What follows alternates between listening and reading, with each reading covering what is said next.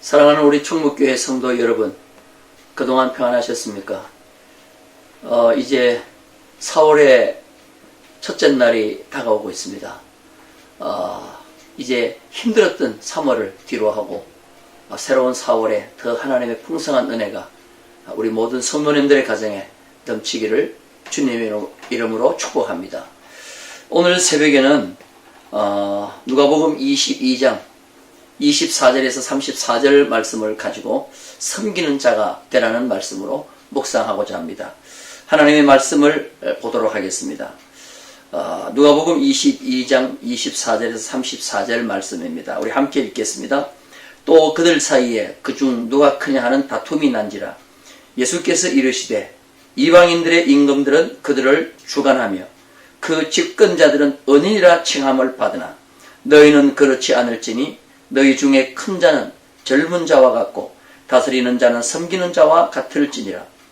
앉아서 먹는 자가 크냐 섬기는 자가 크냐 앉아서 먹는 자가 아니냐. 그러나 나는 섬기는 자로 너희 중에 있노라.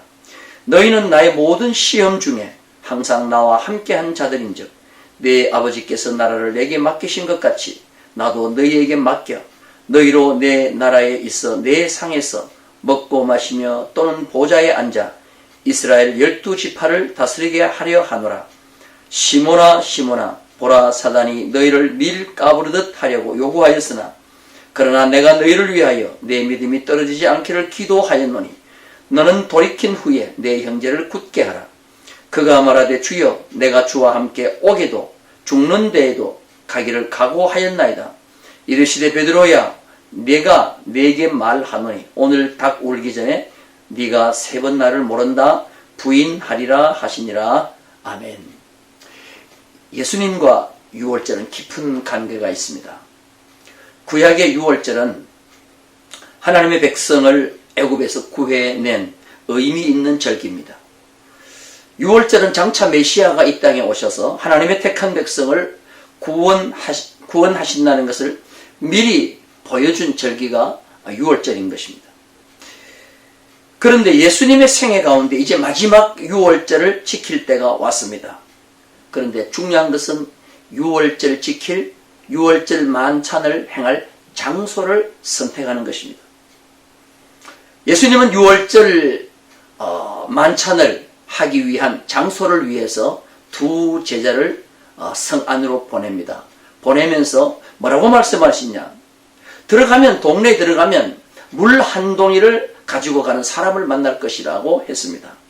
그가 들어가는 집에 따라 들어가서 그 주인에게 선생님이 제자들과 함께 유월절 먹을 객실이 어디 있냐고 물으면 그가 마련한 큰 다락방을 주리라고 그렇게 말씀하십니다.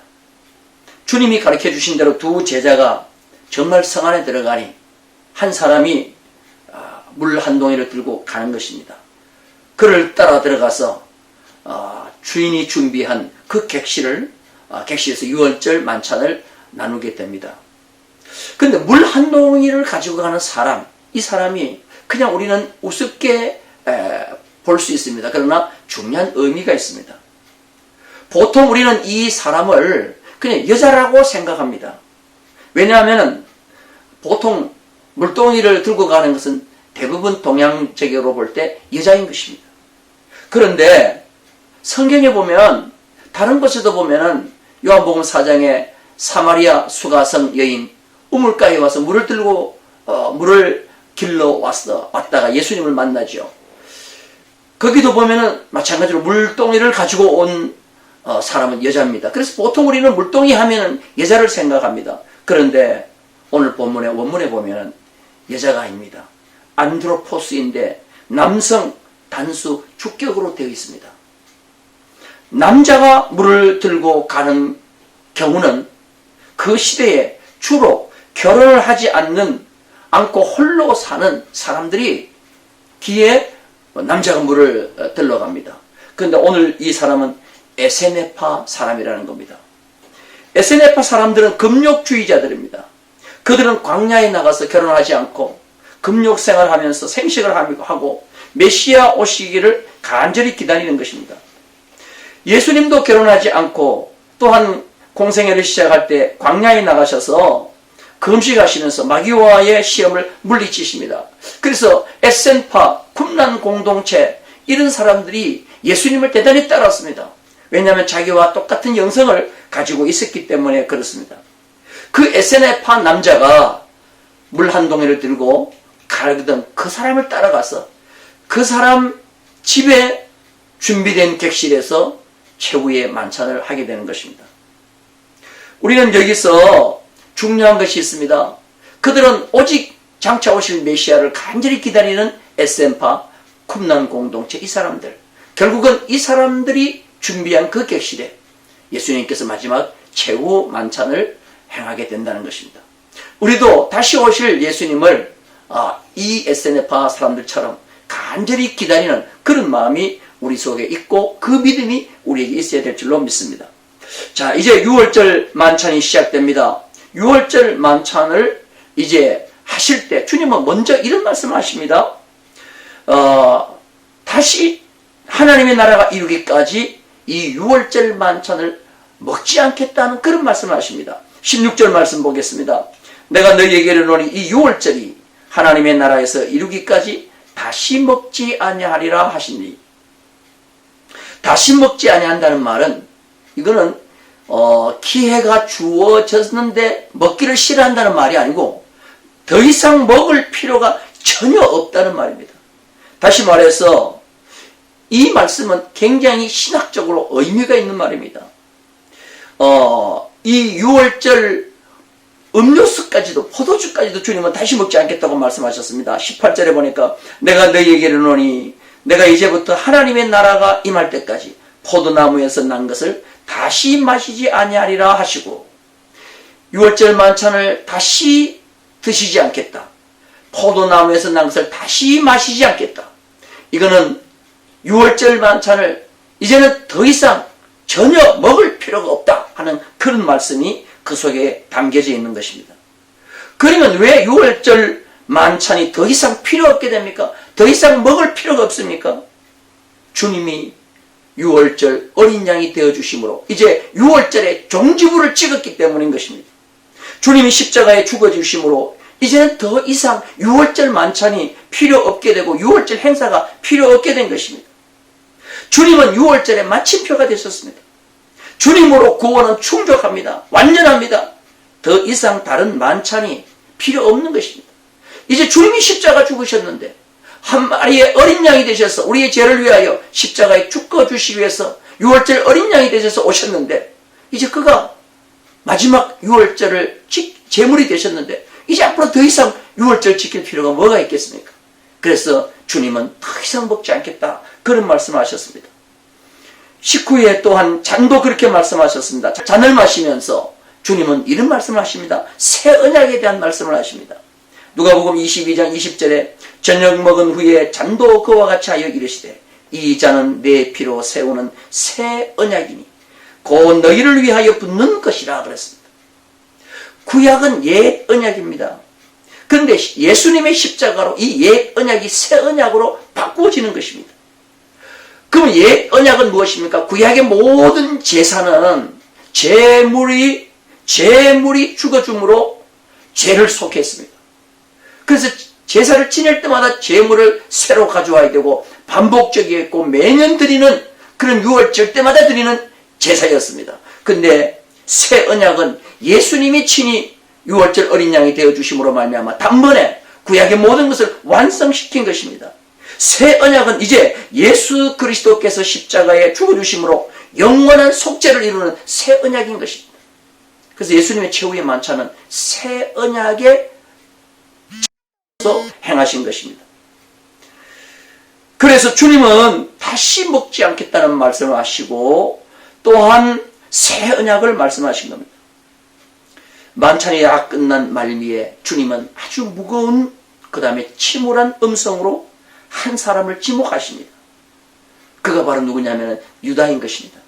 21절 22절에 그러나 보라 나를 파는 자의 손이 나와 함께 상위에 있도다.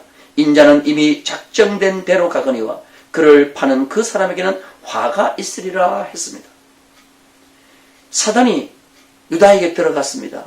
그러니까 예수님을 은30에 팔려고 대제사장들과 모의를 한 가룟 유다가 이 최후의 만찬에 자기를 속이고 그 자리에 참여한 것입니다. 유다는 예수를 팔려고, 예수를 넘겨주려고 모의하고 기회를 엿보면서도 6월절 최후의 만찬에 그는 뻔뻔하게 참여했던 것입니다. 주님은 그걸 다 알고 계셨습니다. 그래서 주님은 나는 작정된 대로 가거니와 나를 판 그 자에게는 화가 있겠다고 그렇게 말씀하셨습니다. 6월절 만찬이 끝이 났습니다. 이제 주님은 곧 잡히셔서 십자가를 지게 했답니다. 그런데 주님은 십자가를 지고 가야 할 그 예루살렘에서 올라가는데 제자들은 또 엉뚱한 행동을 하는 것입니다. 그들 가운데 철없는 행동, 서로 누가 높냐 다툼을 하기 시작합니다. 24절 말씀입니다. 또 그들 사이에 그중 누가 크냐 하는 다툼이 난지라. 예수님이 예루살렘에 올라오셨으니 이제 곧 예수님은 왕이 되셔서 이 나라를 로마로부터 회복할 것이라는 것을 그들은 믿었습니다. 그래서 예수님이 나라를 회복하게 되면 서로 높은 자리에 앉기 위해서 다투기를 시작하는 겁니다. 고난의 십자가를 져야 할 스승의 마음은 안전에도 없고 서로 높은 자리를 차지하려고 제자들은 다투기 시작하는 겁니다.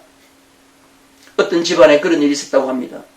아버님이 운명하시게 되는데 이제 유언을 하십니다. 그런데 유산에 대한 유언을 하지 않았습니다. 아버지가 그냥 유언을 마치자마자 형제들끼리 싸움이 벌어진 겁니다. 혈투기 벌어진 그 이유가 무엇입니까? 서로 좋은 것만이 차지하려고 하는 혈투기 벌어졌다는 겁니다. 이런 분위기와 제자들의 분위기가 똑같다는 것입니다. 주님은 철없는 제자들을 향해 섬김이 중요하다고 말씀하셨습니다. 하나님 나라의 높은 자리는 섬기는 자라는 말씀을 하셨습니다. 25절, 26절, 27절 읽겠습니다.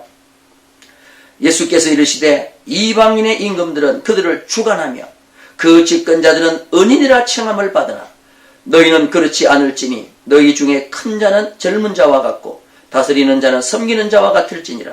앉아서 먹는 자가 크냐 섬기는 자가 크냐 앉아서 먹는 자가 아니냐 그러나 나는 섬기는 자로 너희 중에 있노라. 세상 지도자들이 추구하는 것이 있습니다. 임금은 주관한 일을 합니다.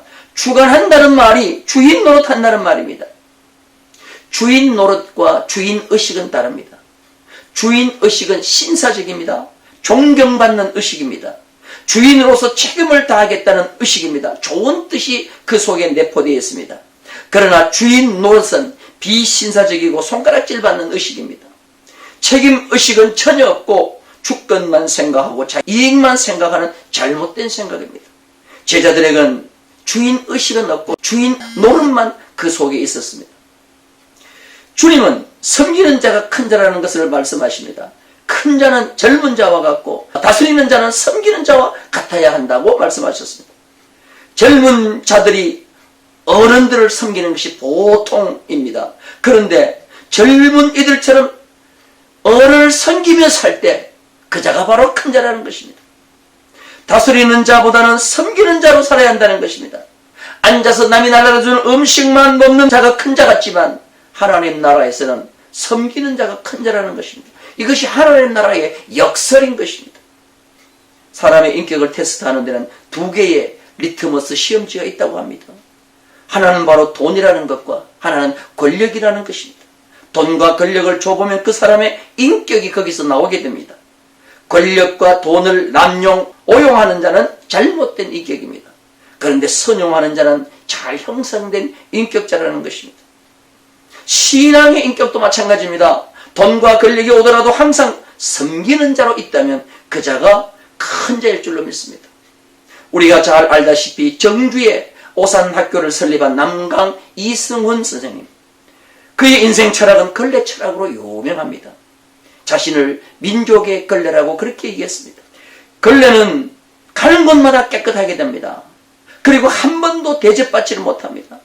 그리고는 다 쓰고 난 뒤에는 방 한 구석에 버리거나 아니면은 바깥 꽁꽁 언 겨울에 던져버리고 마는 것입니다. 밤새워 바깥에서 꽁꽁 앓고 대접 한번 받지 못합니다. 그렇게 깨끗하게 일했는데도 칭찬 한번 받지 못하고 지저분한 사람의 별명으로 걸레 같은 사람이라고 합니다.